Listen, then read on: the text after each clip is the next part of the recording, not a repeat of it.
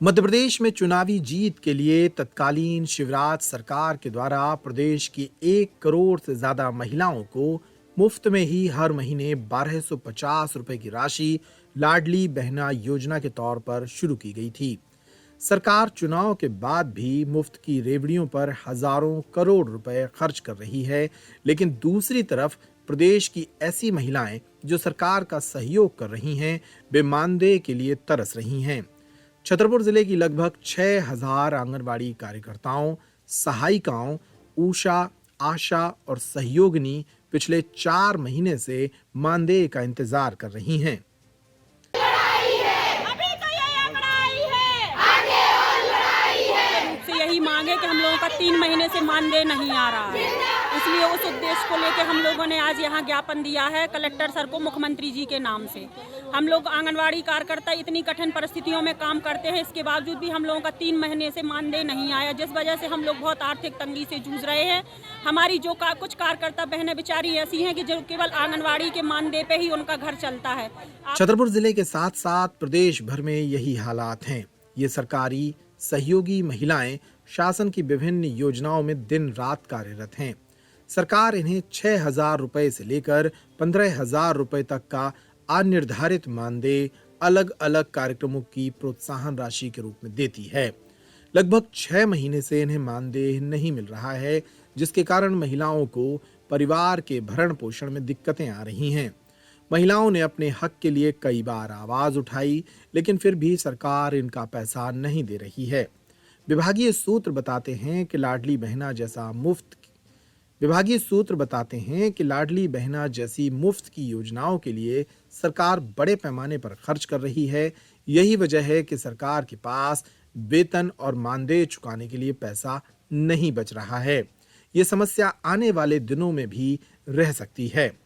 इस संबंध में हमने छतरपुर के आंगनवाड़ी कार्यकर्ताओं और सहायिकाओं के पक्ष में महिला बाल विकास अधिकारी राजीव सिंह से बात की।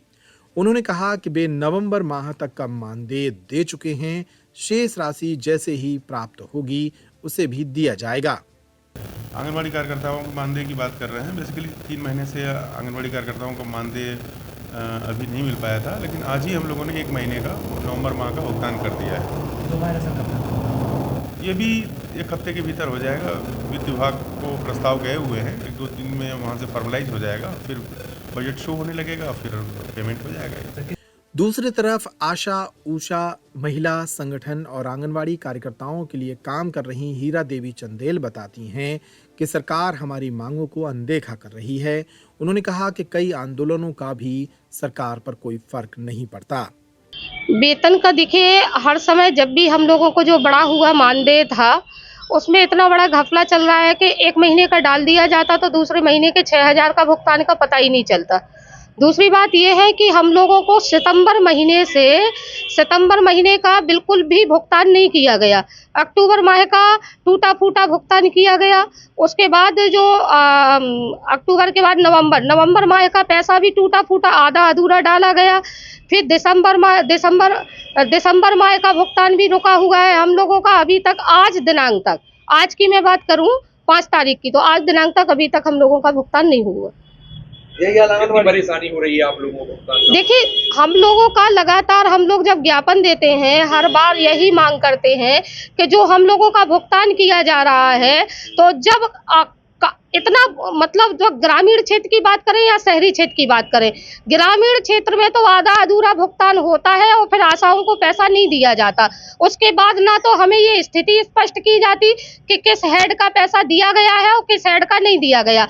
अगर हम अधिकारियों से इस विषय में बात करते हैं तो अधिकारियों का ये कहना होता है कि हमारे पास बजट नहीं है।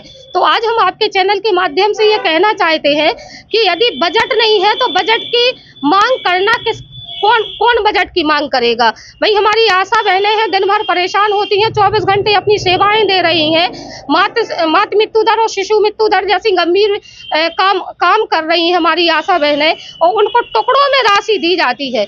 और टुकड़ों में राशि दी जाती तो कब उनका अगर 5000 का वाउचर बनता है तो उनको 2000 देके और 3000 उनका लटका दिया जाता है।